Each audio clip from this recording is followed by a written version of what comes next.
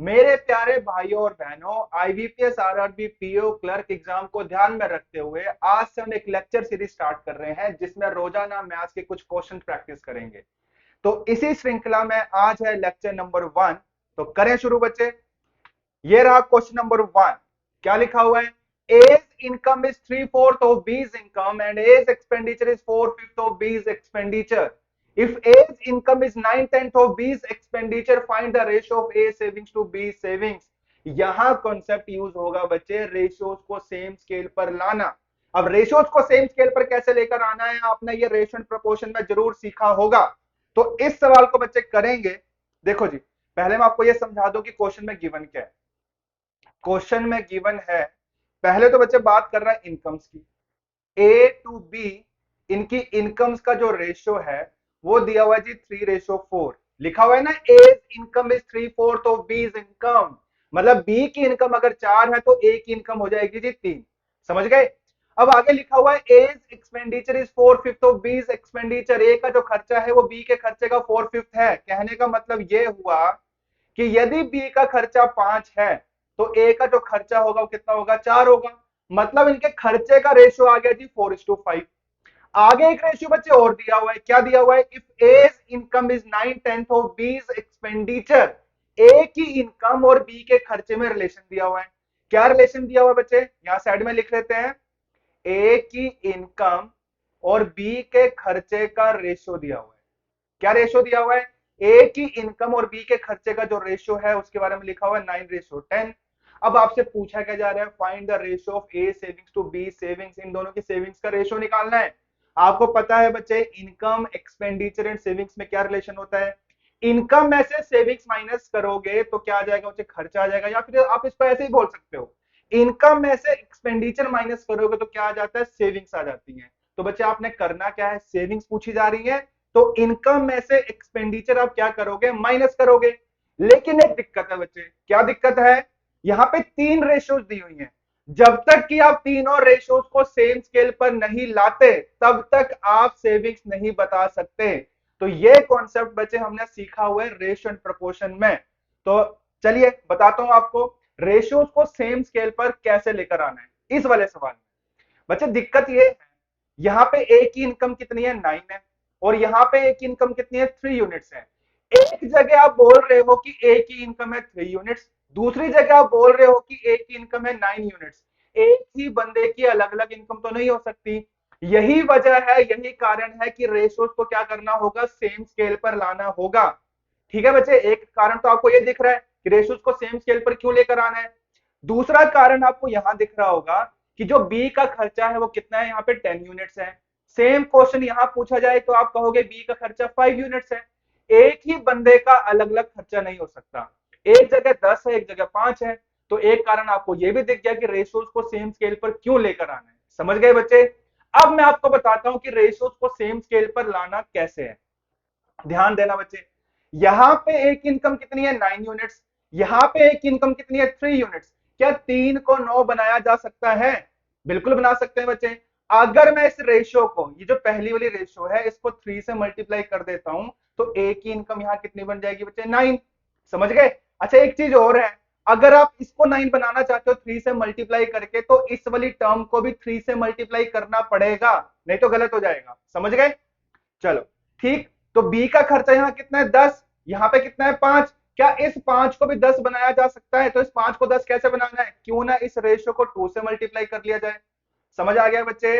अब देखो रेशियो बदलकर क्या बन जाएंगी? ए और बी की इनकम्स का रेशियो बन जाएगा 9:12 और इनके खर्चे का रेशियो बन जाएगा जी 8:10।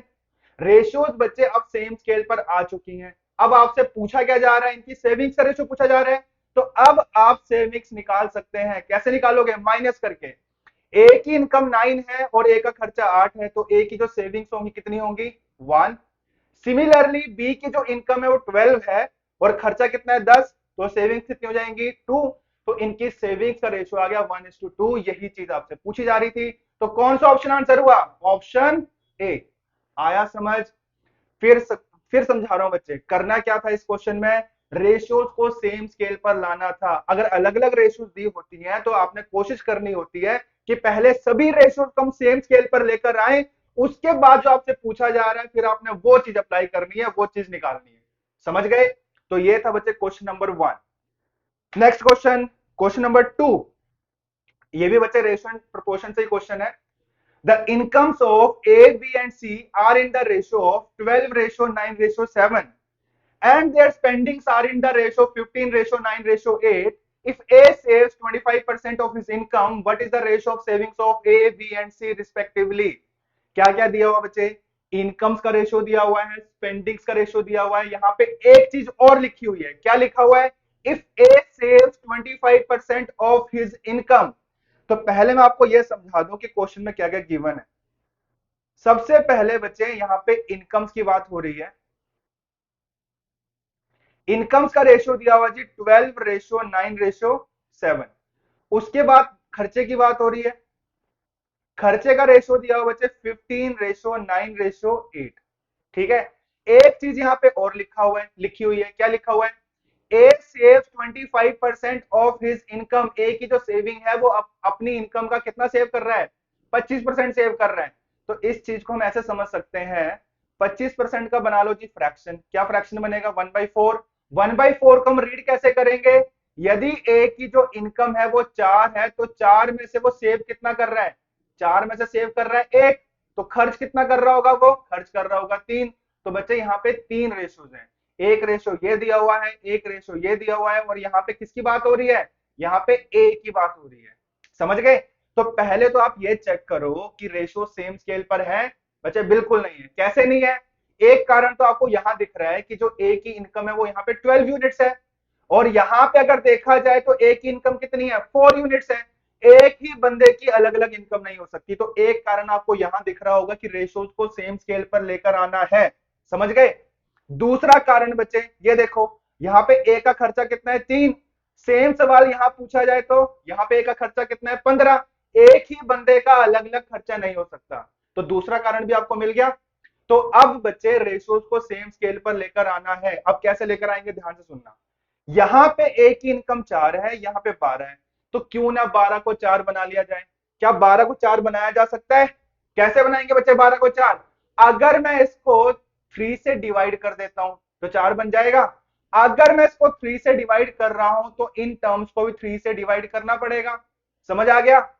अब आ जाओ जी खर्चे के ऊपर। यहाँ पे खर्चा कितना है? 3, और यहाँ पे खर्चा कितना है? 15। क्या 15 को 3 बना सकते हैं? बिल्कुल बन सकता है। कैसे बनेगा बच्चे? क्यों ना इसको 5 से डिवाइड कर लिया जाए। तो अगर मैं इसको 5 से डिवाइड कर रहा हूं तो रेशियोज की अगली दो टर्म्स को भी क्या करना पड़ेगा? 5 से डिवाइड करना पड़ेगा। आ गया समझ? अब बच्चे रेशियो जो है वो सेम स्केल पर आ चुकी है। आपसे पूछा क्या जा रहा है? सेविंग्स कैसे निकलेंगी? इनकम्स में से खर्चे आप घटा दो, सेविंग्स आ जाएंगी। देखते हैं क्या बनता है। यहां पे बच्चे ए की इनकम बन गई 4 और खर्चा बन गया 3, माइनस करके सेविंग कितनी आ गई जी? 1। ठीक है जी। यहाँ पे बच्चे ए की इनकम बन रही है 3, 3 में से आप घटाएंगे 9/5, तो ये आ जाएगी बी की सेविंग्स। अब सी के ऊपर आओ। सी की इनकम 7/3 है और जो खर्चा है वो 8/5 है। माइनस करने पर क्या आ जाएगा? जो सेविंग्स आ जाएंगी। अगले स्टेप में जरा माइनस करते हैं, देखते हैं क्या बनता है। तो 1:2, एलसीएम लेते हैं 15 - 9 6/5 ये बन गया, और ये बन जाएगा 35 - 24 11/15 ये बन गया। रेशो तो आई सेविंग्स की, लेकिन किस में आई है बच्चे? ये फ्रैक्शन में आई है। क्या फ्रैक्शन हम खत्म कर सकते हैं? किससे मल्टीप्लाई करके? एलसीएम से मल्टीप्लाई करके। तो 1, 5 और 15 का एलसीएम क्या बनेगा? 15। तो तीनों ही फ्रैक्शंस को 15 से मल्टीप्लाई कर लिया जाए तो क्या बन जाएगा बच्चे? रेशियो 15:18:11। ये आ गया जी सेविंग्स का रेशियो। आया समझ की नहीं आया? तो यहां भी बच्चे हमने क्या कॉन्सेप्ट लगाया? पहले हम क्या करके, पहले हमने इस सवाल में क्या किया? रेशियोज को हम सेम स्केल पर लेकर आए। उसके बाद जो आपसे पूछा जा रहा था, क्या पूछा जा रहा था? सेविंग्स पूछी जा रही थी। उसके बाद आपने सेविंग्स निकाली। कैसे निकाली है? इनकम में से खर्चे माइनस करके। समझ गए? ये हो गया बच्चे question number 2। Next question, question number 3। अब ये जो क्वेश्चन है बच्चे ये भी रेशियो से ही है। मैं जान के यहाँ पे तीसरा क्वेश्चन भी मैंने रेशियो का डाला हुआ है। क्यों? ताकि आप ये समझ पाओ कि रेशियोज को सेम स्केल पर कैसे लेकर आना है। अब क्वेश्चन क्या है बच्चे? The ratio of last year incomes of A, B, and C is 3:4:5, while the ratio of their last year income to current year income is 4:5, 2:3, and 3:4 respectively. If their total current year income is rupees 98,500, then find the present income of B and C together. पहले मैं आपको समझाता हूं question में दिया क्या हुआ है, ध्यान देना। पहले इनकी लास्ट ईयर इनकम्स का रेशियो दिया हुआ है, ए, बी एंड सी। क्या रेशियो दिया बच्चे? 3:4:5। इसके बाद इनकी last year income to current year income, तीनों का इंडिविजुअली अलग अलग से रेशियो दिया हुआ। क्या रेशियो दिया हुआ है? ए का दिया हुआ है 4:5 last year to current year, B का दिया हुआ बच्चे 2:3, और सी का दिया हुआ जी 3:4। ठीक है, अब आप पहले देखो यहाँ पे कितनी रेशियोज है बच्चे? 4 रेशियोज है। क्या कहा था मैंने? जब तक कि आप इन चारों रेशियोज को सेम स्केल पर नहीं लेकर आते तब तक आप सवाल का जवाब नहीं दे सकते। इक्वेशंस नहीं बनानी है बच्चे, आपने कॉन्सेप्ट क्या लगाना है? रेशियोज को सेम स्केल पर लाना। अब पहले तो आप कारण ढूंढो कि रेशियोज को सेम स्केल पर लाना क्यों है यहाँ पे। अब देखो, एक कारण तो बच्चे आपको यहां दिख रहा होगा कि ए की पिछले साल वाली इनकम यहाँ कितनी है? 3, और यहाँ कितनी है? 4। एक ही बंदे की पिछले साल वाली इनकम, जो लास्ट ईयर इनकम है, वो अलग अलग तो नहीं हो सकती, सेम होनी चाहिए। दूसरा कारण आपको दिख रहा होगा यहाँ पर, बी की पिछले साल वाली इनकम कितनी है? यहाँ पे 4 है, और यहाँ पे कितनी है? 2। तो एक कारण आपको यहां दिख रहा है। तीसरा कारण बच्चे आपको यहां दिख रहा होगा, सी की पिछले साल वाली इनकम कितनी है? 5, और सेम सवाल यहां पूछा जाए तो यहाँ पे 3 है। तो आपको तीसरा कारण भी दिख गया। तो पहले हम कोशिश करेंगे बच्चे कि सभी की सभी रेशियोज को हम क्या करें, पहले हम सेम स्केल पर लेकर आए, उसके बाद देखते हैं पूछा क्या जा रहा है।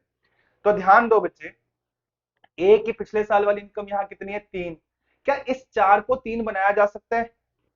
ये जो दिया हुआ है बच्चे, क्या इस 4 को, क्या इस 4 को 3 बनाया जा सकता है? कैसे बनाएंगे?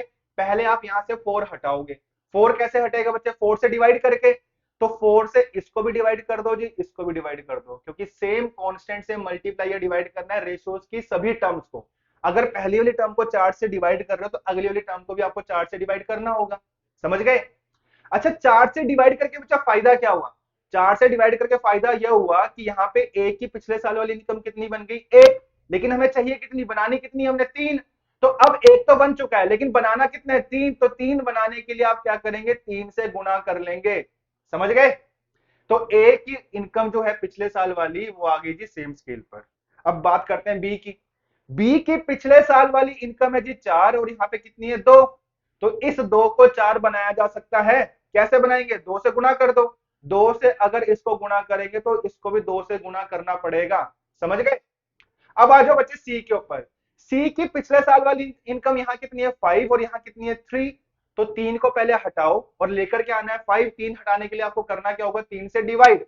तो 3 से इसको डिवाइड करेंगे तो इसको भी 3 से डिवाइड करेंगे। लेकर के आना है बच्चे 5। तो 5 बनाने के लिए क्या करेंगे? 5 से बोथ साइड मल्टीप्लाई कर लो। समझ गए? इतना समझ आ गया? अब रेशियोज आ चुकी है बच्चे सेम स्केल पर। अब एक चीज क्वेश्चन में और दी हुई है। क्या दिया हुआ है? इनकी जो करंट इनकम का टोटल है वो दिया हुआ है 98,500। बच्चे ध्यान दो, ये करंट इनकम्स का टोटल है। करंट इनकम्स का टोटल है। तो करंट इनकम्स को आप पिछले साल वाली इनकम्स के रेशियो में तो नहीं बांट सकते। किस रेशियो में बांटोगे?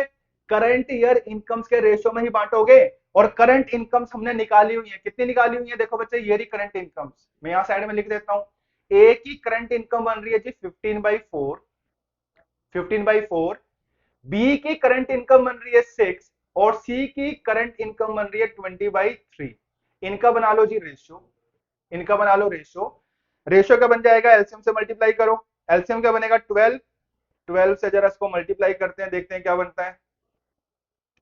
ये बन जाएगा बच्चे 45, ये बन जाएगा 72, ये बन जाएगा 80। तो करंट इनकम्स का टोटल आ गया 45:72:80। इतना समझ आया बच्चे? एक काम करते हैं, एक काम करते हैं बच्चे, थोड़ा स्पेस बना लेते हैं। अच्छा, आपने ये चीज तो लिख ली होगी, इसको यहां से हटा देते हैं।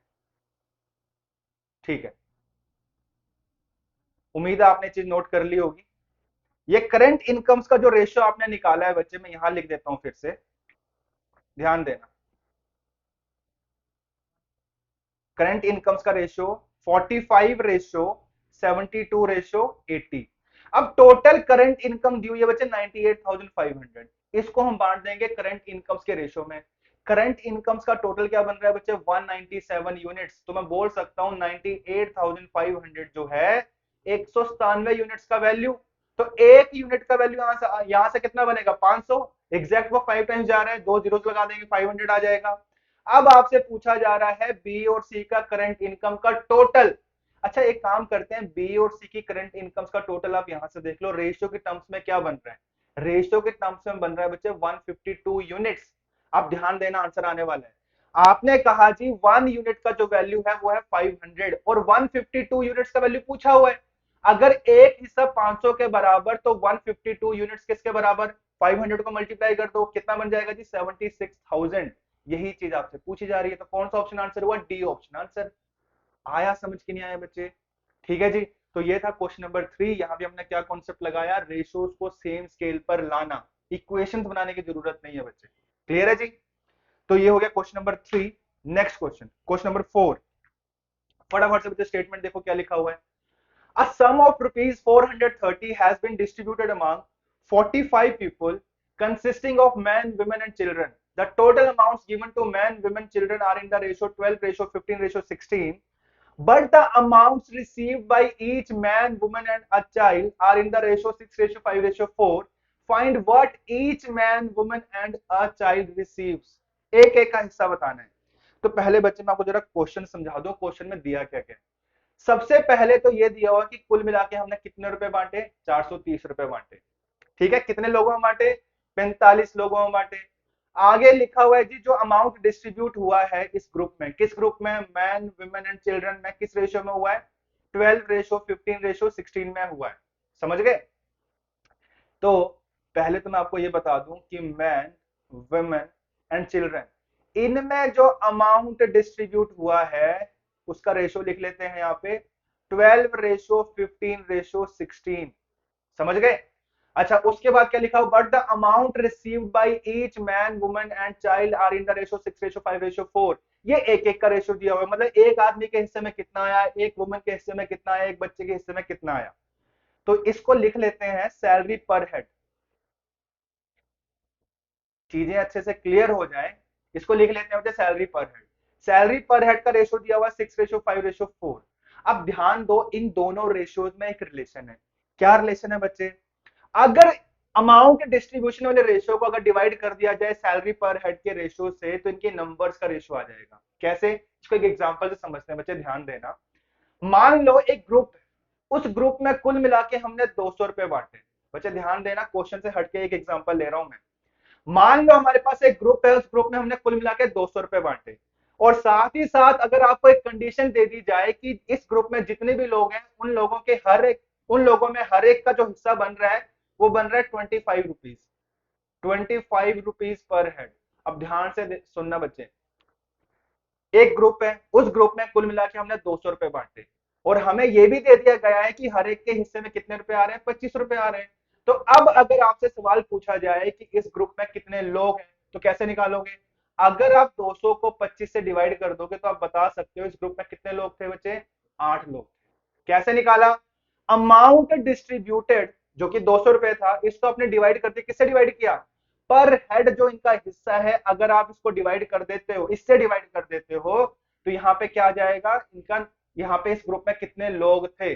अब आपको समझ आया बच्चे दोनों रेशियोज में क्या रिलेशन है। ऊपर वाला रेशियो दिया हुआ है अमाउंट डिस्ट्रीब्यूशन का नीचे वाला रेशियो दिया हुआ है सैलरीज पर हेड का। अगर अमाउंट डिस्ट्रीब्यूशन वाले रेशियो को सैलरी पर हेड रेशियो से डिवाइड कर दिया जाए तो क्या आ जाएगा इनके नंबर्स का रेशियो आ जाएगा। ध्यान देना बच्चे ध्यान देना मैं कर रहा हूं जी डिवाइड। डिवाइड करने पर ये रेशियो देखो क्या बन जाएंगे इनके नंबर्स का रेशियो आ जाएगा ये बन जाएगा 2 ये बन जाएगा 3 और ये बन जाएगा 4। इनके नंबर्स का रेशियो आ गया 2:3:4। ठीक है बच्चे। अब सवाल में दिया हुआ है इस ग्रुप में टोटल कितने लोग हैं 45 लोग हैं। तो बच्चे लोगों को लोगों के रेशियो में डिवाइड करोगे लोगों का रेशियो आप निकाल चुके हो 2:3:4। तो टोटल कुल मिला के 45 लोग हैं। इनको हमने बांटना है 2:3:4 में मतलब ये बन रहा है 9 यूनिट्स। तो 45 जो है 9 यूनिट्स का वैल्यू है। तो 1 यूनिट कितना आ जाएगा आंसर 5। एक यूनिट अगर 5 के बराबर है, इक्विवेलेंट है, तो 2 यूनिट्स किसके बराबर? 10 के बराबर। 3 यूनिट्स किसके बराबर? 15 के बराबर। 4 यूनिट्स किसके बराबर? 20 के बराबर। ये आ गया क्या? इतने आदमी, इतनी औरतें, इतने बच्चे, इतने मैन है, इतने वुमेन है, इतने चिल्ड्रन है। समझ गए बच्चे किस तरीके से निकाला? ठीक है जी।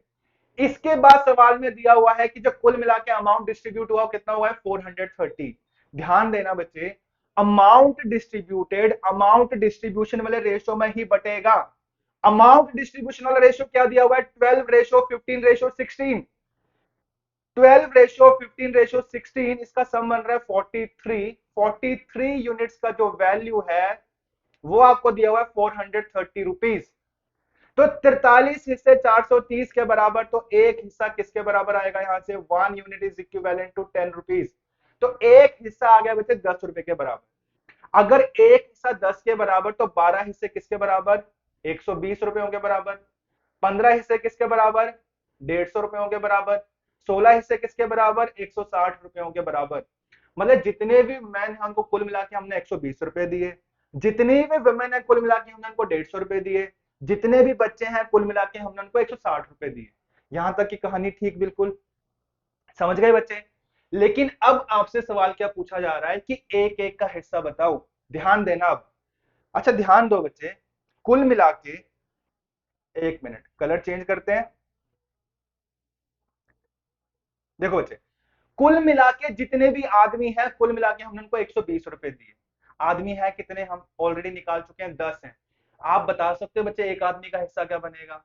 फिर से एक बार ध्यान दो, जितने भी आदमी हैं कुल मिला के हमने इनको 120 रुपए बांटे हैं। आदमी है कितने? 10। तो एक आदमी का हिस्सा कितना बना? 12 रुपए। ठीक है जी। सिमिलरली जितनी भी वुमेन है कुल मिला के हमने उनको 150 रुपए दिए हैं। वुमेन है कितनी? 15। तो एक वुमेन का हिस्सा क्या बनेगा? 10 रुपीज। समझ गए बच्चे? जितने भी चिल्ड्रन है कुल मिला के हमने उनको 160 रुपए बांटे हैं, और बच्चे हैं कितने? चिल्ड्रन है कितने? 20। तो एक बच्चे का हिस्सा क्या बना? 8 रुपीज। यही चीज तो आपसे पूछी जा रही थी। क्या पूछा जा रहा था? एक मैन, एक वुमन एंड एक चाइल्ड का हिस्सा क्या होगा? तो 12 रुपए, 10 रुपए, 8 रुपए। कौन सा ऑप्शन आंसर हुआ? A option answer. आया समझ के नहीं आया बच्चे? ठीक है, क्लियर? चलो, ये था बच्चे question number 4। Next question, question number 5। Question number 5, देखो जी फटाफट क्या लिखा हुआ है, जल्दी से स्टेटमेंट समझो बच्चे क्या लिखी हुई है। Two candles of same height are lighted at the same time, the first is consumed in 6 hours and second in 4 hours. Assuming that each candle burns at a constant rate, in how many hours after being lighted the ratio between the first and second candles becomes 2:1? ठीक है, अब देखो बच्चे question में लिखा हुआ है कि यहाँ पे दो कैंडल्स हैं। एक काम करते हैं, नाम दे देते हैं A and B. A and B. अच्छा, अब क्वेश्चन में लिखा हुआ पहली वाली जो कैंडल है 6 घंटे में पूरी खत्म होती है, दूसरी वाली कैंडल जो है 4 घंटे में पूरी खत्म होती है। ठीक है जी। एक काम करते हैं, सवाल में एक चीज और दी हुई है कि दोनों कैंडल्स की जो हाइट है वो सेम है। तो सबसे पहले बच्चे हम हाइट लेट करते हैं। आप वेरिएबल भी रख सकते हैं या कोई नंबर भी रख सकते हैं। एक काम करते हैं, दोनों कैंडल्स की जो हाइट है हम मान लेते हैं बच्चे 12-12 सेंटीमीटर।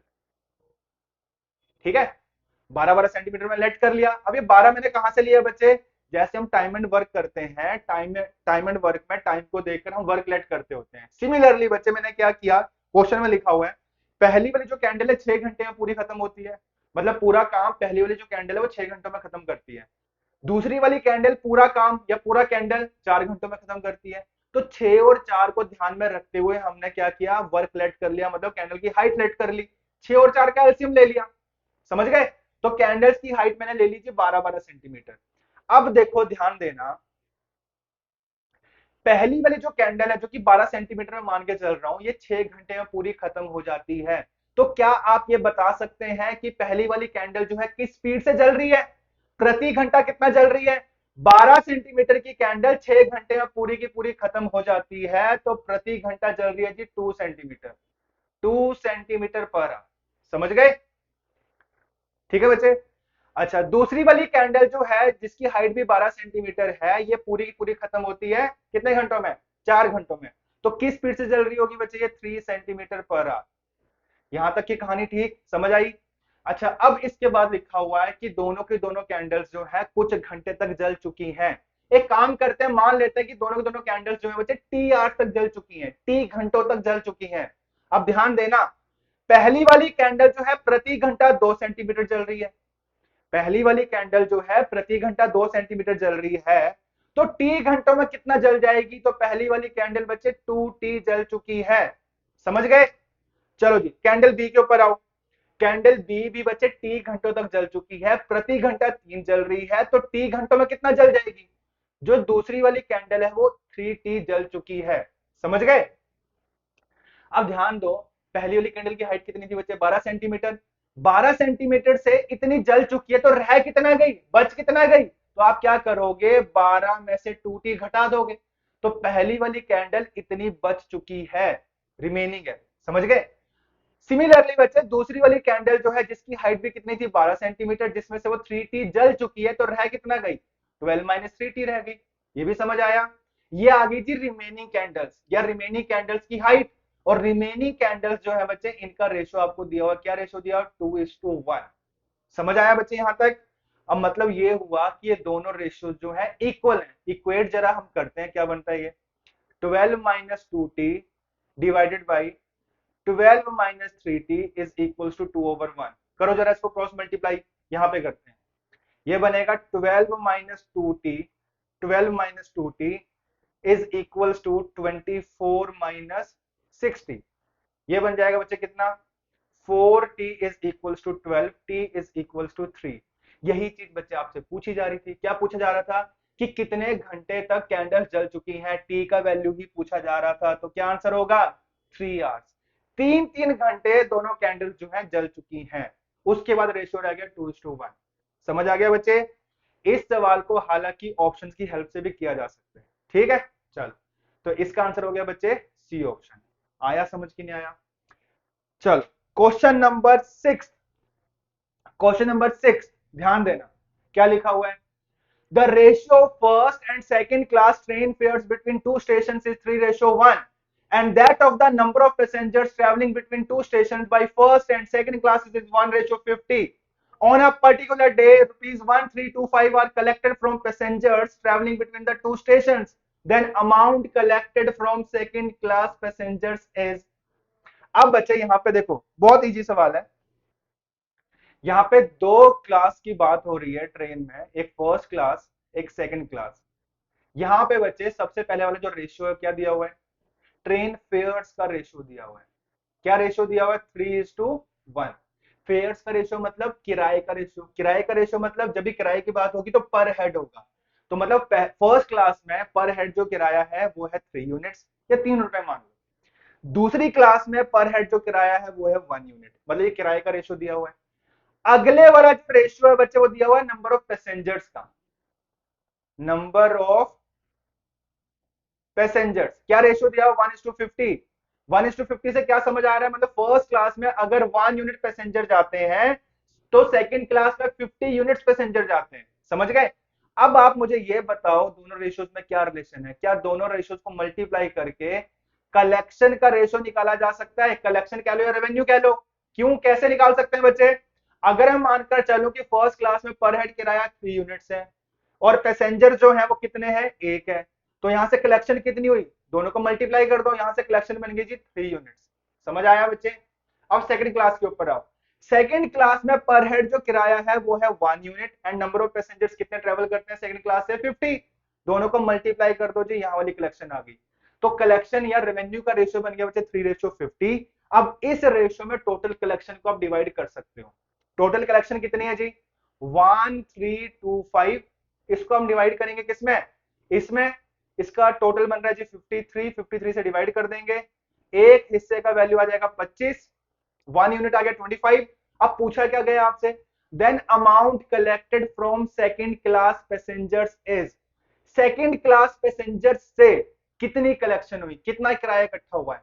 तो बच्चे रेशियो के टर्म्स में जो किराया इकट्ठा हुआ है वो हुआ है 50 यूनिट्स। तो 1 unit is equivalent to 25 rupees, then 50 units. 50 से मल्टीप्लाई कर दो इसको, कितना आ जाएगा? 1250 रुपीज। तो सेकंड क्लास से जो किराया इकट्ठा हुआ वो हुआ है जी 1250। तो कौन सा ऑप्शन आंसर हुआ? A option answer. ठीक है जी, ये हो गया बच्चे क्वेश्चन नंबर 6। आ रहा है समझ की नहीं? चलो जी, नेक्स्ट क्वेश्चन बचा question number 7। Question number 7, a salesman is allowed 5.5% commission on the total sales made by him plus a bonus of 0.5% on the sales over 10,000. If his total earnings were rupees 1990, then his total sales were। पहले तो बच्चे question समझो, question में दिया क्या हुआ है देखो जरा, ध्यान दें। पहले मैं आपको क्वेश्चन समझा देता हूं बच्चे। इस सवाल को करने के अनेकों तरीके हो सकते हैं, ठीक है। चलो मैं एक दो तरीके डिस्कस करता हूं, ठीक। फिर लास्ट में एक बेस्ट तरीका भी आपको बताऊंगा। देखो जी, सवाल में सबसे पहले दिया क्या हुआ बच्चे, सवाल में लिखा हुआ कि टोटल सेल्स पर उसको 5.5% कमीशन मिलता है। एक काम करते हैं बच्चे, कलर चेंज करते हैं, ठीक है। क्वेश्चन में लिखा है बच्चे टोटल सेल्स पे उसको 5.5% कमीशन मिलता है, और उसके बाद क्या लिखा हुआ है, उसको आधा परसेंट बोनस भी मिलेगा या मिलता है, कम मिलता है। अगर वो 10,000 से ऊपर सेल्स करता है तो उसको आधा परसेंट बोनस भी मिलता है। समझ गए बच्चे। तो सवाल ये है कि टोटल सेल्स पे 5.5 तो मिल रहा है, ठीक है जी, और 10,000 से ऊपर वो जितनी भी सेल कर रहा है उसके ऊपर उसको आधा परसेंट और मिल गया, तब जाकर उसकी जो टोटल अर्निंग है वो बनती है 1990 रुपए। तो उसकी सेल्स कितनी होंगी।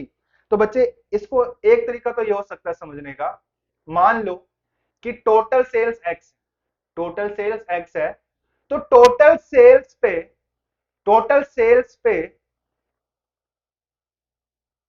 उसको 5.5% मिल रहा है, ठीक है, जैसे कि क्वेश्चन कह भी रहा है। और 10,000 से ऊपर वो जितनी भी सेल करता है, 10,000 से ऊपर कितनी सेल होगी, टोटल सेल्स में से अगर आप 10,000 घटा दोगे तो सेल्स एक्सीडिंग 10,000 आ जाएगा। तो सेल्स एक्सीडिंग 10,000 के ऊपर उसको आधा परसेंट और मिलता है, आधा परसेंट मतलब 0.5%, ठीक है जी। तो ये वाली अर्निंग प्लस बोनस दोनों को जोड़ दूंगा तो इनका जो सम होगा वो किसके बराबर होगा, 1990 रुपयों के बराबर होगा। यहां से बच्चे आप एक्स निकाल सकते हैं, और एक्स का जो वैल्यू आएगा, चलो एक काम करते हैं, अगला जो मेथड है उसमें मैं एक्स का वैल्यू निकाल के आपको बताऊंगा। इक्वेशन समझ आई कि नहीं आई बच्चे, ठीक है जी। एक तरीका तो ये हो गया इस क्वेश्चन को समझने का। दूसरा तरीका, ध्यान देना, इक्वेशन बनाऊंगा फिर आपको समझ आएगा कि दूसरा तरीका इस तरीके से भी लिखा जा सकता है। कैसे, देखो, अगर मैं मानकर चलूं बच्चे कि 10,000 तक उसको 5.5% मिल रहा है, 10,000 तक उसको 5.5% मिल रहा है, 10,000 से ऊपर 10,000 से ऊपर उसको 5.5 मिल रहा है प्लस बोनस भी मिल रहा है। तो 10,000 से ऊपर वाली जो सेल है उसको हम क्या लिख सकते हैं, एक्स माइनस 10,000। तो इसके ऊपर उसको 5.5% तो मिल ही रहा है प्लस आधा परसेंट और मिल रहा है। तो मैं बोल सकता हूं सेल्स एक्सीडिंग उसको कितना मिल रहा है जी, 6% मिल रहा है। इसको और इसको जोड़ के यहां से भी बोल सकता हूं इनके इनके जो अर्निंग्स का सम है वो कितना बन रहा है, 1990 रुपए बन रहा है। तो इस क्वेश्चन को या इस इक्वेशन को बच्चे ऐसे भी समझा जा सकता है, ऐसे भी बनाया जा सकता है। समझ गए। तो एक तरीका बच्चे ये भी हो गया, ठीक है। दूसरा तरीका, मतलब इक्वेशन बनाने का एक तरीका मैंने आपको बता दिया। अब देखो बच्चे जरा, जो शॉर्ट तरीका है, स्पेस बना लेते हैं पहले। हाँ जी बच्चे, शॉर्ट तरीका क्या है, ध्यान देना, ध्यान से सुनना बच्चे। अच्छा, सेल्स 10,000 तक, 10,000 तक, यहां लिख लेते हैं 10,000 तक, और 10,000 से ऊपर, ठीक है बच्चे, 10,000 तक एंड सेल्स एक्सीडिंग 10,000, मैंने दो हिस्से बना लिए, ध्यान देना, ध्यान देना। अच्छा, मैं ये बोल सकता हूं बच्चे कि 10,000 तक, 10,000 तक, एक मिनट,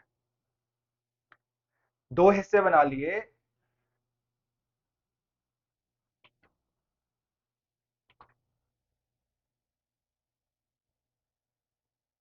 ठीक है जी। अब बच्चे 10,000 तक उसको मिलता है जी 5.5%, ध्यान से सुनना है शॉर्टकट को। 10,000 तक उसको मिलता है 5.5%, और 10,000 से ऊपर उसको 5.5% भी मिलता है और आधा परसेंट बोनस भी मिलता है। पिछली इक्वेशन से आपको ये चीज समझ आ गई होगी, ठीक है जी। अब बच्चे शॉर्टकट ये है, अब मुझे ये बताओ 10,000 से ऊपर उसको कितना मिल रहा है, कुल मिला के 6% मिल रहा है, और 10,000 तक उसको कितना मिल रहा है, 5.5 मिल रहा है। एक काम करते हैं बच्चे, अपनी मर्जी से मैं यहाँ पे आधा परसेंट और ऐड कर देता हूं, आधा परसेंट अपनी मर्जी से मैं बढ़ाकर चल रहा हूं, 10,000 के ऊपर आधा परसेंट में और लेकर चल रहा हूं, मतलब 50 रुपए एक्स्ट्रा लेकर चल रहा हूं। 10,000 का 0.5% कितना हो गया जी? 50 रुपीज हो गया। ठीक है जी। तो मैंने आधा परसेंट अपनी मर्जी से जोड़ा, मतलब ये हुआ 50 रुपए अपनी मर्जी से मैं बढ़ाकर चल रहा हूं। अच्छा, बिना 0.5% से उसकी अर्निंग बन रही थी 1990 रुपए। 50 रुपए अगर मैं एक्स्ट्रा लेके चलता हूं तो इसकी अर्निंग बन रही है 2040। समझ गए? 2040 कब बना, कैसे बना? अगर मैं मानकर चलूं कि यहां भी उसको 6% मिल रहा है, यहां भी उसको 6% मिल रहा है, तो मतलब पहले भी 6% मिला, सेल्स एक्सीडिंग 10,000 के ऊपर भी उसको 6% मिल रहा है, तो मैं बोल सकता हूं टोटल सेल्स पे उसको 6% ही मिल रहा है। अगर उसको टोटल सेल्स पे 6% मिल रहा है, तब जाके उसकी अर्निंग जो है 2040 हो जाती है। तो मैं बोल सकता हूं जो 2040 है, ये 6% का ही वैल्यू हुआ। समझ गए? तो अगर 6% 2040 के बराबर, तो यहां से 1% आप निकाल सकते हैं, जो कि आ जाएगा जी 340 रुपीज। आया समझ की नहीं आया बच्चे? 1% आ गया 340 के बराबर। आपसे पूछा जा रहा है टोटल सेल्स। टोटल सेल्स बच्चे अपने आप में 100% होंगी, 100% होंगी। अगर सेल्स का 1% 340 के बराबर, तो सेल्स का 100% किसके बराबर? 34,000 के बराबर। तो सी ऑप्शन आंसर। आया समझ कि नहीं आया? तो टोटल सेल्स आ गई 34,000। क्लियर है जी? तो इस क्वेश्चन का आंसर हो गया बच्चे 34,000। ठीक, बड़े नेक्स्ट क्वेश्चन पे। Question number 8। Question number 8। In an election, 10% of voters on the voters list did not cast votes. 60 voters cast their ballot paper blank. There were only two candidates. The winner was supported by 47% of all voters in the list, and he got 300 votes more than his rival. The number of voters on the list was। अब बच्चे देखो question में लिखा क्या हुआ है, ध्यान देना। मान लो टोटल वोटर्स कितने हैं, मैं इक्वेशन से नहीं करवाऊंगा इस क्वेश्चन को, जो शॉर्ट तरीका, जो बेस्ट अप्रोच है, उसी से मैं इस क्वेश्चन को सोल्व करा रहा हूं। मान लेते हैं बच्चे टोटल वोटर जो है लिस्ट में वो है 100%। इसमें से 10% ने वोट नहीं डाला, तो वोटिंग हुई कितनी जी? 90%। ठीक है जी। इसके बाद लिखा क्या हुआ है, इसके दो हिस्से बना दो। एक हिस्सा तो गया जी विनर को। विनर के बारे में क्या लिखा हो बच्चे? विनर को मिल रहा है जी 47%। किसका 47%? टोटल वोटर्स का। मतलब टोटल वोटर्स में क्या लेकर चल रहा हूं? 100। 100 का 47% कितना हुआ? 47। तो विनर को मिल रहा है जी 47%। ठीक है जी। अब ध्यान देना बच्चे, 90 में से 47% इसको चला गया, तो रह कितना गया जी? 43% रह गया, 43% रह गया। ये जो 43% है, ध्यान देना बच्चे, यहीं पर राज छिपा हुआ है इस सवाल में, इस सवाल का। बच्चे जो 43% रह गया, 43% में लूजर के वोट्स भी हैं प्लस इनवैलिड वोट्स भी हैं। इनवैलिड वोट्स भी हैं। आया समझ की नहीं आया? 43% में लूजर के वोट्स भी हैं और इनवैलिड वोट्स भी हैं, मतलब दोनों का सम है ये। इतना समझ गए? अब मुझे ये बताओ कि 43% में से अगर लूजर के वोट्स निकालने हो तो कैसे निकालोगे? अरे 43% में से बच्चे इनवैलिड वाले वोट्स अगर घटा दिए जाए तो लूजर के वोट्स आ जाएंगे। इनवैलिड वाले यहाँ पे दिए हुए हैं, 60 वोटर्स क्या है बच्चे? ये इनवैलिड काउंट होंगे। समझ गए ना? तो अगर 43% में से, एक मिनट, 43% में से अगर इनवैलिड वाले घटा दिए जाएं जो कि 60 हैं, तो किसके वोट्स आ जाएंगे? ये लूजर के वोट्स आ जाएंगे। यहां तक समझ आया बच्चे? एक काम करते हैं, थोड़ा स्पेस बना लेते हैं। तो लूजर के वोट्स आपने कहा 43% माइनस 60, 43% माइनस 60, ये लूजर के वोट्स आ गए। अब सवाल में लिखा हुआ है कि जो विनर है वो 308 वोटों से जीता। विनर को मिल रहा है जी 47%, हारने वाले को मिल रहा है इतना। इन दोनों का जो डिफरेंस है वो दिया हुआ है आपको कितना? 308 वोट्स। तो इनका जो डिफरेंस है वो हम रख देंगे जी 308 के बराबर। ठीक है, यहां इसको सॉल्व करते हैं फटाफट। क्या बनेगा ये? 4% प्लस 60 इक्वल्स टू 300। तो 60 जो वहां जगह माइनस हो जाएगा, क्या बन जाएगा जी? ये 248 बन जाएगा। तो यहां से 1% का जो वैल्यू है वो निकलेगा 248/4, 4642, 1% आ गया जी 62 के इक्विवेलेंट। क्या पूछा हुआ है? टोटल वोटर्स पूछे हुए हैं। टोटल वोटर्स हैं कितने? 100% है। अगर 1% का वैल्यू 62 है तो 100% का वैल्यू कितना होगा, 6200 होगा। तो वोटिंग लिस्ट में कितने कैंडिडेट्स थे, सॉरी, वोटिंग लिस्ट में कितने वोटर्स थे, 6200 वोटर्स थे। यही चीज बच्चे आपसे पूछी जा रही थी, तो कौन सा ऑप्शन आंसर हुआ, बी ऑप्शन आंसर। आया समझ की नहीं आया बच्चे। तो ये हो गया जी question number 8। Next question, question number 9, ध्यान देना क्या लिखा हुआ है। A jar full of whiskey contains 40% alcohol. A part of this whiskey is replaced by another containing 19% alcohol, and now the percentage of alcohol was found to be 26%.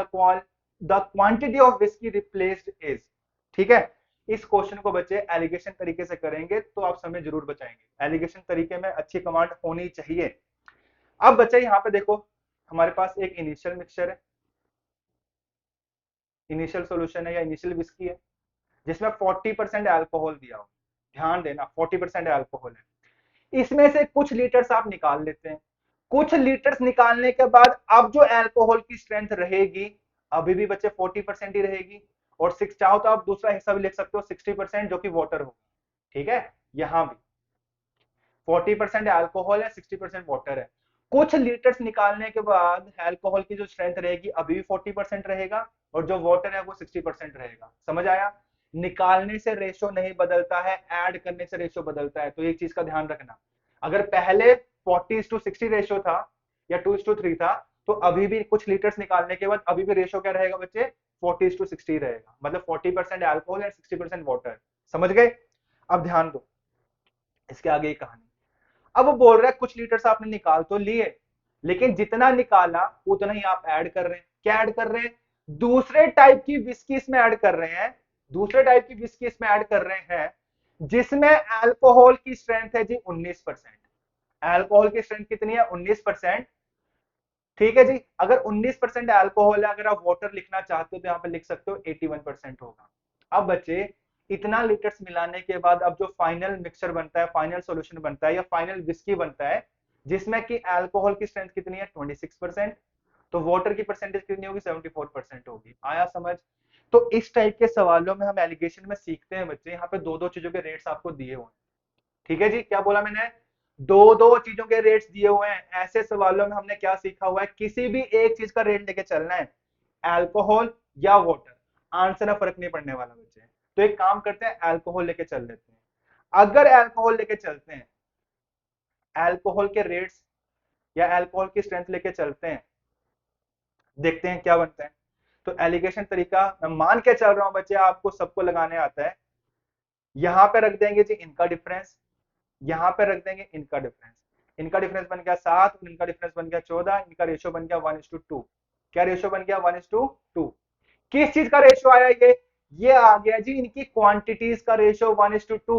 यहां तक की कहानी समझ गए, 1:2 इनकी क्वांटिटीज का रेशियो है।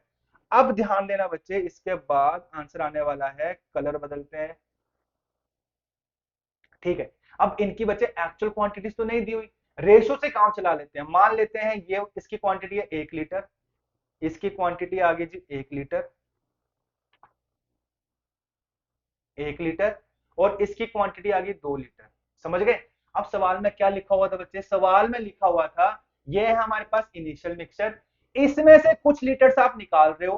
कुछ लीटर्स निकालने के बाद कुछ लीटर्स आपने निकाला, और जितना निकाला उतना ही आप ऐड कर रहे हो। तो ऐड कितना कर रहे हो बच्चे, 2 लीटर। ऐड कितना कर रहे हो आप, 2 लीटर। तो यहां से निकाला भी कितना होगा, 2 लीटर ही निकाला होगा। तो 2 लीटर निकालने के बाद 1 लीटर रह गया, तो दो निकालने से पहले कितना रहा होगा बच्चे, 3 लीटर। तो इसकी जो क्वांटिटी है वो आ गई जी 3 लीटर। आया समझ की नहीं आया बच्चे। फिर से एक बार ध्यान से सुनना, इनकी क्वांटिटीज हमने रेशियो को ध्यान में रखते हुए लिख ली, 1 लीटर और 2 लीटर। समझ गए। इस रेशियो में क्वांटिटीज कुछ भी हो सकती हैं, तो मैंने 1 लीटर और 2 लीटर मान लिया। अब कंडीशन क्या जोड़ी हुई थी क्वेश्चन में, एक बार इसको हटा देते हैं यहां से।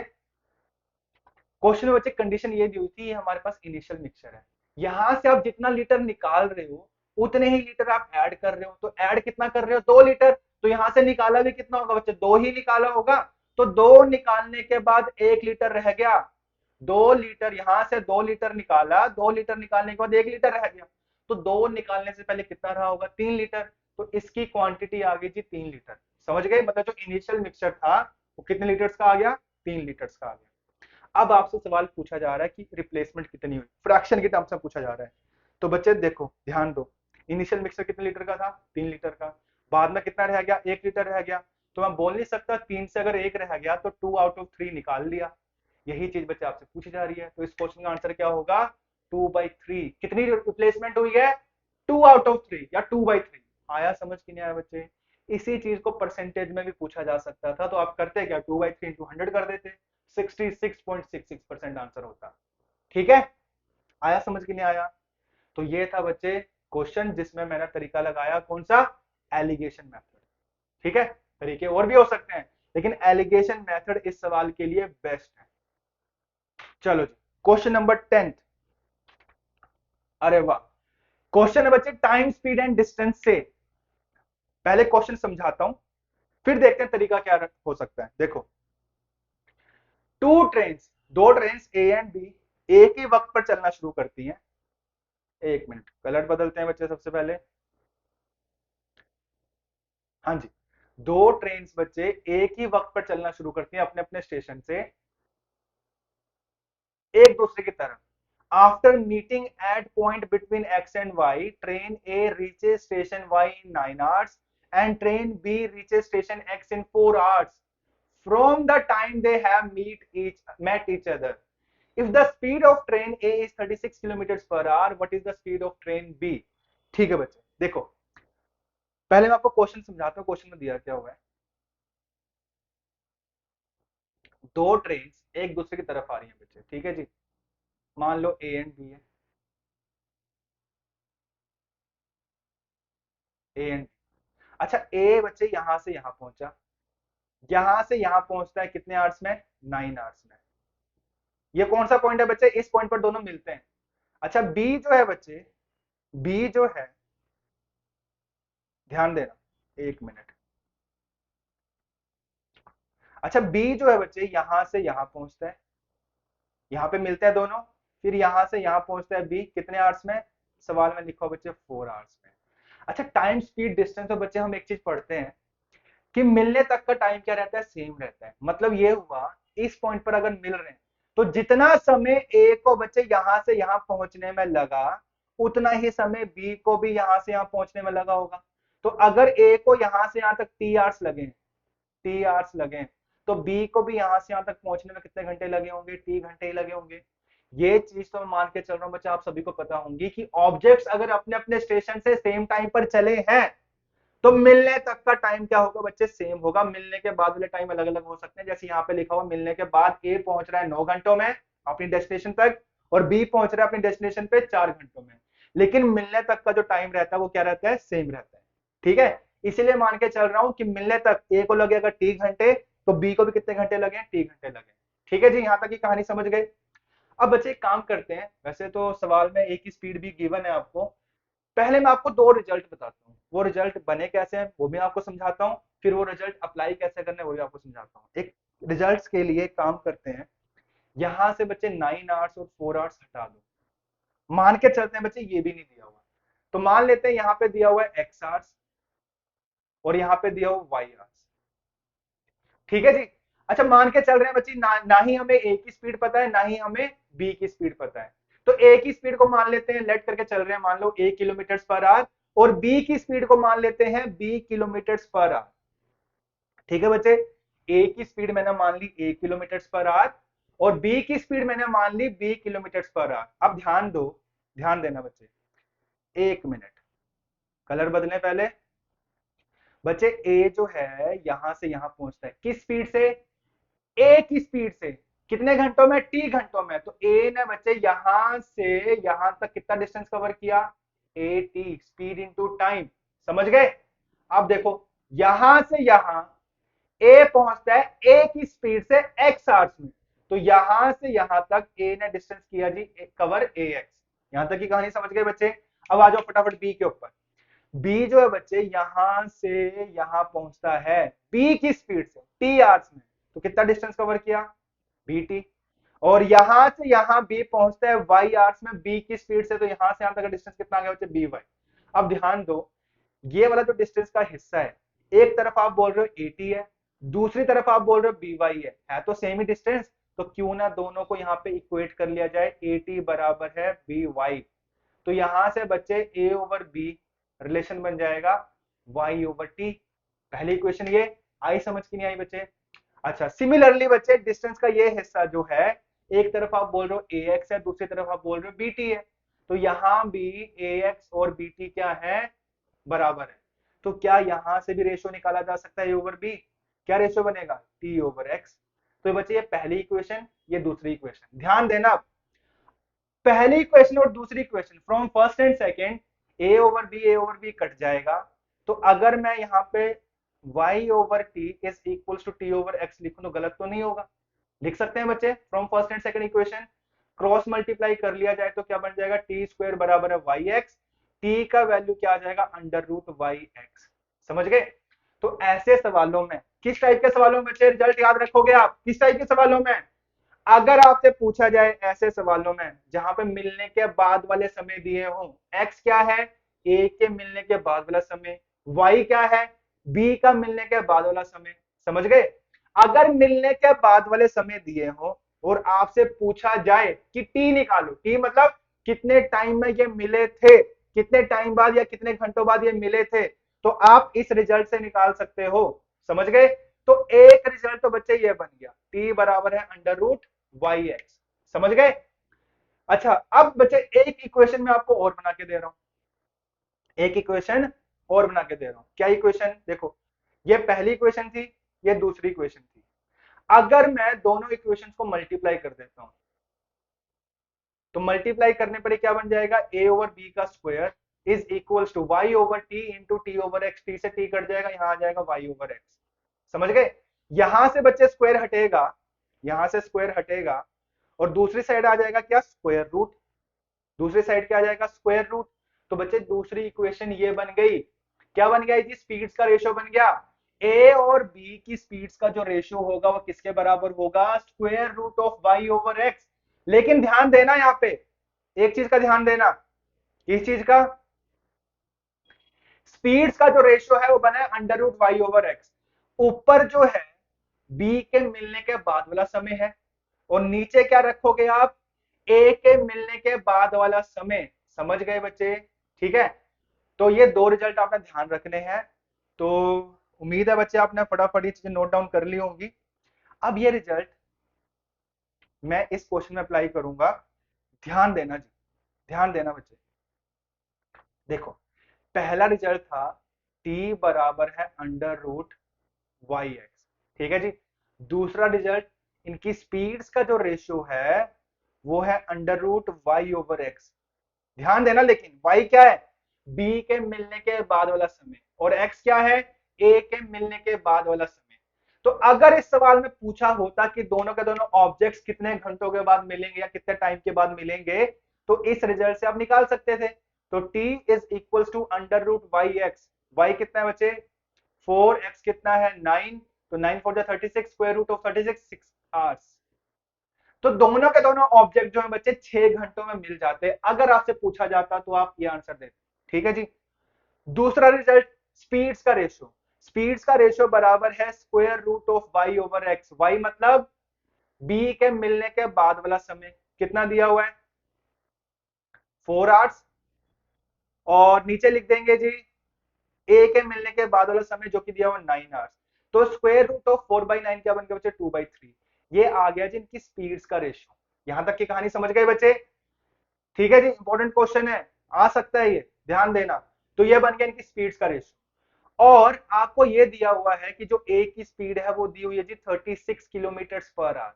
तो रेशियो से कंपेयर करके आप बी की स्पीड भी तो निकाल सकते हैं। मतलब दो हिस्सों का जो वैल्यू है वो दिया हुआ 36 किलोमीटर पर आवर। अगर 2 यूनिट 36 किलोमीटर पर आवर के बराबर, तो 1 यूनिट किसके बराबर, 18 किलोमीटर पर आवर के बराबर। अगर बच्चे एक हिस्सा 18 के बराबर, तो तीन हिस्से किसके बराबर, 54 किलोमीटर पर आवर के बराबर। तो स्पीड आ गई जी बी की कितनी, 54 किलोमीटर पर आवर। आया समझ के नहीं आया बच्चे, क्लियर? तो क्या पूछा जा रहा था इस क्वेश्चन में, बी की स्पीड, कौन सा ऑप्शन आंसर हुआ, सी ऑप्शन आंसर। ये हो गया जी क्वेश्चन नंबर 10। आया बच्चे, समझ के नहीं आया? यह अप्रोच रखनी है आपने सवालों में। ठीक है जी। Next question, question number 11। अरे वाह, एक क्वेश्चन बच्चे और टाइम स्पीड डिस्टेंस से, ध्यान देना। कॉन्सेप्ट अगर स्ट्रॉन्ग हो ना बच्चे तो जैसा मर्जी सवाल आ जाए। अब जैसे ये क्वेश्चन देखो क्या लिखा हुआ है, a train approaches tunnel AB. Inside the tunnel, a cat is located at a point that is 3 by 8 of the distance AB measured from the entrance A. ठीक है जी, एंट्रेंस दिया हुआ है A, और टनल के अंदर एक कैट है जो कि एंट्रेंस से 3/8 डिस्टेंस पर है। समझाते हैं अभी, पहले आप क्वेश्चन रीड करो, क्या समझ आ रहा है आपको। When the train whistles, that cat runs. If the cat moves to the entrance A of the tunnel, the train catches the cat exactly at the entrance. ठीक है, उसके बाद एक कंडीशन और दे दी, क्या दे दी, if the cat moves to the exit B, the train catches the cat at the exit. Okay, ठीक, दूसरी कंडीशन दे दी। अब पूछा क्या जा रहा है, the ratio of speed of train to that of cat is. ठीक है, पहले बच्चे क्वेश्चन समझाता हूं, उसके बाद देखते हैं क्वेश्चन करने का तरीका क्या हो सकता है। ध्यान देना, देखो जी, मान लो बच्चे इस ओर से ट्रेन आ रही है, ठीक है जी। अच्छा, ट्रेन जी यहां पहुंची हुई है, और ये रही जी हमारी टनल, ठीक है। टनल के अंदर बच्चे कैट दी हुई है, मान लो कैट जो है इस पॉइंट पर है, और कैट के बारे में क्या लिखा हुआ है, कैट जो है 3/8 डिस्टेंस पर है। एंट्रेंस से देखें तो एंट्रेंस दिया हुआ है जी ए, एग्जिट दिया हुआ है बी, ठीक है, इतना तो आपको क्वेश्चन समझ आ गया होगा। कैट जो है 3/8 डिस्टेंस पर है, कहने का मतलब अगर ये टोटल डिस्टेंस बच्चे 8 है, अगर ये टोटल डिस्टेंस 8 है, तो यहां से यहां तक डिस्टेंस कितना होगा, 3 यूनिट्स होगा। यही ना मतलब है 3/8 का, समझ गए। तो ये डिस्टेंस है जी 3 यूनिट्स। तो 8 में से अगर ये 3 है तो ये वाला हिस्सा कितना होगा, ये वाला हिस्सा होगा जी 5 यूनिट्स। यहां तक की कहानी समझ गए बच्चे, ठीक है। अब ध्यान देना, थोड़ा स्पेस बना लेते हैं। अब ध्यान देना बच्चे, क्वेश्चन की फर्स्ट कंडीशन, क्वेश्चन की फर्स्ट कंडीशन क्या है, क्वेश्चन की फर्स्ट कंडीशन क्या है बच्चे, अगर ट्रेन इस ओर से आ रही है, इस पॉइंट ऑफ टाइम पर, इस पॉइंट ऑफ टाइम पे जैसी ट्रेन हॉर्न बजाती है, विसल करती है, तो कैट डर के मारे, कैट जो है बच्चे डर के मारे किस ओर भाग रही है जी, कैट डर के मारे भागती है एंट्रेंस की तरफ। और सवाल में लिखा है कि दोनों के दोनों ऑब्जेक्ट मतलब ट्रेन और कैट इस पॉइंट पर मिल जाते हैं, समझ गए। तो कहने का मतलब जितना समय, ध्यान देना, जितना समय ट्रेन को यहां से यहां पहुंचने में लगा होगा उतना ही समय कैट को भी यहां से यहां पहुंचने में लगा। यहां तक की कहानी समझ आई, समझ गए ना बच्चे, क्योंकि दोनों ऑब्जेक्ट यहां पे आके मिल रहे हैं। अब इसका मतलब ये हुआ, अगर टाइम सेम है, अगर टाइम सेम है तो डिस्टेंस और स्पीड में सेम रिलेशन होता है। अच्छा, एक काम करते हैं, यहां से यहां तक का डिस्टेंस तो हमें पता है 3 यूनिट्स है, यहां से यहां तक का डिस्टेंस जो है वो मान लेते हैं बच्चे x यूनिट्स है, ठीक है जी। अब मैंने कहा कि अगर टाइम सेम है तो डिस्टेंस और स्पीड में सेम रिलेशन होगा, सेम रेशियो होगा। ध्यान से सुनना बच्चे, इस क्वेश्चन का सॉल्यूशन नहीं बताने वाला है कोई आपको, ठीक है जी। तो ध्यान से चीजें सुनो, कॉन्सेप्ट ही लग रहे हैं, और लगाने कैसे वो भी आपको बता रहा हूं, इक्वेशन वगैरह बनाने की जरूरत नहीं है।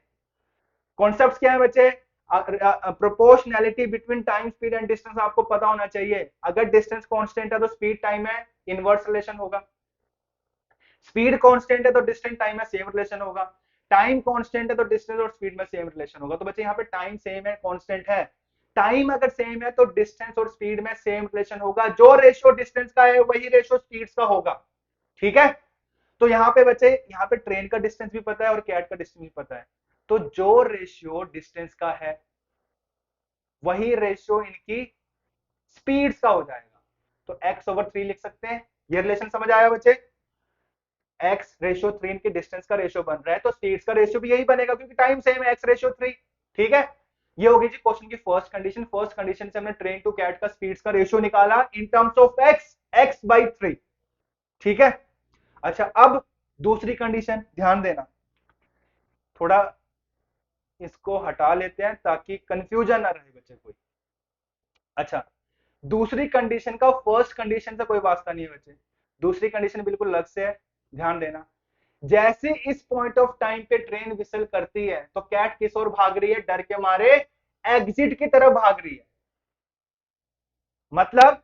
और हाँ, क्वेश्चन में लिखा हुआ दोनों दोनों ऑब्जेक्ट जो है एग्जिट पे जाके मिल जाते हैं, कहने का मतलब ये हुआ कि जितना समय कैट को यहां से यहां पहुंचने में लगा, उतना ही समय बच्चे ट्रेन को भी यहां से यहां पहुंचने में लगा होगा।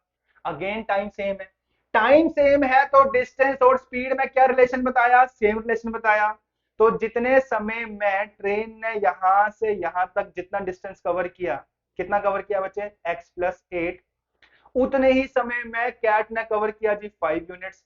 तो डिस्टेंस का रेशियो क्या बन गया जी? x+8/5। किसका रेशियो बना? ये डिस्टेंस का।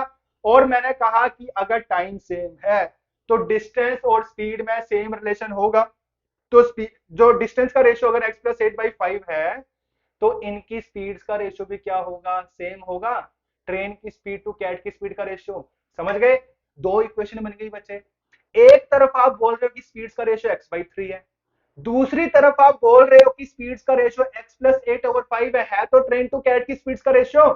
तो दोनों रेशियोज को कंपेयर कर सकते हैं, इक्वेट कर सकते हैं। ध्यान देना। ओहो, चलो कोई बात नहीं।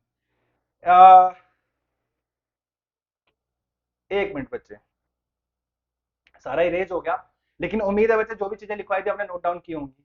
पहले ट्रेन टू कैट की स्पीड का रेशियो आपने कहा x/3 है, और दूसरी जगह हमने लिखा था x+8/5 है।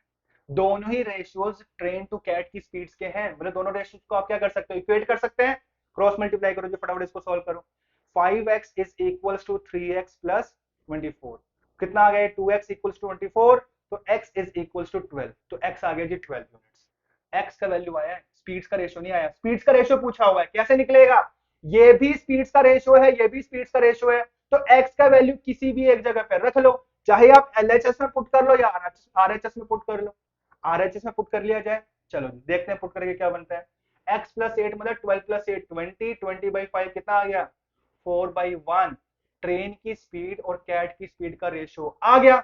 यही चीज बच्चे आपसे पूछी जा रही थी, तो आ गया ना आंसर इसका। यही चीज तो निकालनी है, 4:1, बी ऑप्शन आंसर।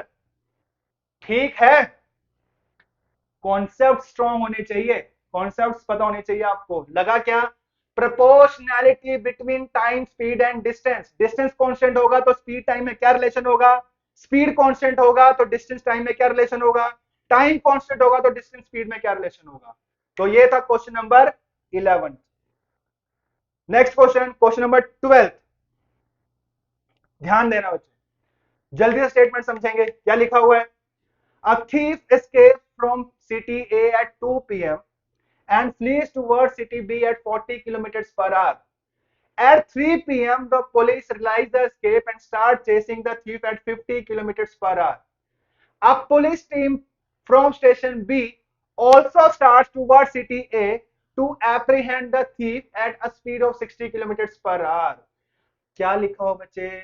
यहाँ पे दो पुलिस टीम जो है थीफ को पकड़ रही है। अभी समझाता हूं, पहले आगे क्वेश्चन कंप्लीट करते हैं।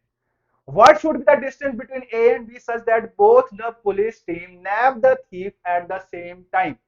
तो पहले बच्चे क्वेश्चन समझते हैं। क्वेश्चन समझाता हूं, क्वेश्चन में दिया क्या हुआ है। 1 मिनट, थोड़ा कलर बदल लिया जाए बच्चे। देखो जी, मान लो बच्चे इस डिस्टेंस की बात हो रही है। यहां से चलती है पुलिस टीम ए, यहां से चलती है पुलिस टीम बी, ठीक है। लेकिन यहां से थीफ भी भागा। कब भागा? थीफ भागा बच्चे 2 बजे। किस स्पीड से भागा? 40 की स्पीड से भागा। इसके बारे में पता कब लगा? इसके बारे में पता लगता है जी 3 बजे। ठीक है जी। तो जब इसके बारे में पता लगा कि थीफ भाग चुका है, तब तक थीफ जो है 1 घंटे का डिस्टेंस कवर कर चुका होगा। किस स्पीड से? 40 की स्पीड से। तो एक काम करते हैं बच्चे, थीफ मान लेते हैं यहां पहुंच चुका है। कितने बज चुके हैं? अब बज चुके हैं बच्चे 3। ठीक 3 बजे यहां से पुलिस टीम ए भागना शुरू करती है इसको पकड़ने के लिए, और ठीक 3 बजे यहां से पुलिस टीम बी भागना शुरू करती है इस ओर से इसको पकड़ने के लिए। मतलब पुलिस टीम ए और पुलिस टीम बी जो है वो अपोजिट डायरेक्शन में है, और पुलिस टीम ए और थीफ वो है जी सेम डायरेक्शन में। और आगे लिखा हुआ कि तीनों के तीनों ऑब्जेक्ट जो है सेम पॉइंट पर जाकर मिल जाते हैं। समझ गए? तो क्वेश्चन तो ये लिखा हुआ है। अब ध्यान देना बच्चे, धीरे धीरे अब सॉल्यूशन करते हैं इस सवाल का। अब ध्यान दो, थीफ चला था यहां से कितने बजे बच्चे? 2 बजे। पता कब लगा इसके बारे में? 3 बजे। तो जब इसके बारे में पता लगा तब तक थीफ जो है 1 घंटे का डिस्टेंस कवर कर चुका होगा। किस स्पीड से? 40 की स्पीड से। तो 40 की स्पीड से बच्चे 1 घंटे में 40 किलोमीटर कवर कर गया होगा, हाँ या ना? तो यहां से यहां तक का डिस्टेंस आ गया जी 40 किलोमीटर। इतना समझ आया बच्चे? ठीक। एक काम करो, पुलिस टीम बी को भी सिचुएशन से हटा देते हैं। आप जस्ट मुझे ये बताओ कि अगर पुलिस टीम ए ने थीफ को पकड़ना होता यहां पे तो कितने आवर्स लगते हैं, कितने टाइम बाद पकड़ सकता था? तो time is equals to distance by relative speed. Relative speed के कॉन्सेप्ट में हमने ये चीज पढ़ी हुई है कि कितने समय बाद ऑब्जेक्ट्स मिलेंगे, तो इस फॉर्मूले से बच्चे आप निकाल सकते हैं टाइम बराबर है distance by relative speed. Distance कौन सा रखोगे? सेम टाइम के ऊपर जो ऑब्जेक्ट्स के बीच का डिस्टेंस है कितना? 40। नीचे रिलेटिव स्पीड आएगी सेम डायरेक्शन वाली, प्लस वाली या माइनस वाली? माइनस वाली। तो क्या बनेगा बच्चे? पुलिस टीम ए का स्पीड है जी 50 और थीफ का स्पीड है 40। 50 माइनस 40 कितना आ गया? 10।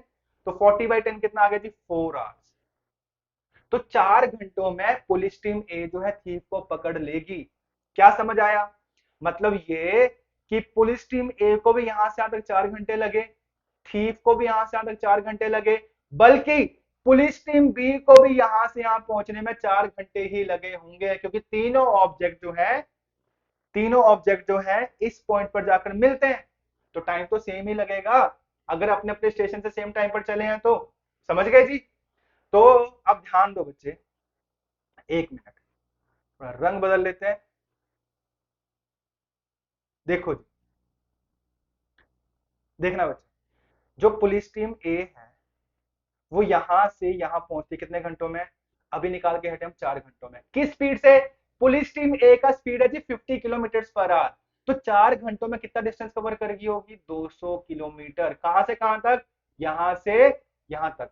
यहां तक समझ आ गया बच्चे? अब आ जाओ जी पुलिस टीम बी के ऊपर। पुलिस टीम बी का जो स्पीड है वो है जी 60 kilometre per hour. Police team B जो है यहां से यहां पहुंचती है 4 घंटों में। किस स्पीड से? 60 की स्पीड से। तो 60 की स्पीड से 4 घंटों में 240 किलोमीटर कवर कर गई होगी पुलिस टीम बी। समझ गए?